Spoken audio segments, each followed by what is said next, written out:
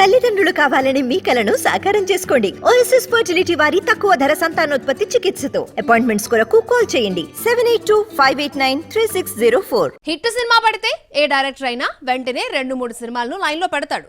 బడా స్టార్స్ ని రంగంలోకి దింపి భారీగా హైప్ క్రియేట్ చేస్తాడు. కానీ గురూజీ విషయంలో ఈ మ్యాటర్ రివర్స్ అయింది. తన నెక్స్ట్ ప్రాజెక్ట్ కి హీరో ఎవరు అనేది $1 మిలియన్ ప్రశ్నగా మారింది. గుంటూరు కారం సెట్స్ పై ఉన్నప్పుడే అల్లు అర్జున్ తో నెక్స్ట్ సినిమా ఫిక్స్ చేసుకున్నాడు త్రివిక్రమ్. పుష్ప 2 తర్వాత బన్నీ చేసే సినిమా ఇదే అని అఫీషియల్ అనౌన్స్మెంట్ కూడా ఇచ్చారు. కట్ చేస్తే ఇప్పుడు ఐకాన్ స్టార్ ప్లాన్ మారింది. త్రివిక్రమ్ ని వెనక్కి నెట్టి జవాన్ డైరెక్టర్ అట్లీతో సినిమా చేయాలని బన్నీ భావిస్తున్నాడు. ఇప్పటికే అల్లు అర్జున్ కి అట్లీ కథ వినిపించడం, బన్నీ గ్రీన్ సిగ్నల్ ఇవ్వడం జరిగిందట. అయితే గురూజీతో చేయాల్సిన సినిమా పరిస్థితి ఏంటి అన్నది ఇప్పుడు $1 మిలియన్ ప్రశ్నగా మారింది. తనకు హ్యాట్రిక్ హిట్స్ ఇచ్చిన త్రివిక్రమ్ ను లైట్ తీసుకుని తమిళ దర్శకుడితో బన్నీ సినిమా చేసే పరిస్థితి ఉండదు.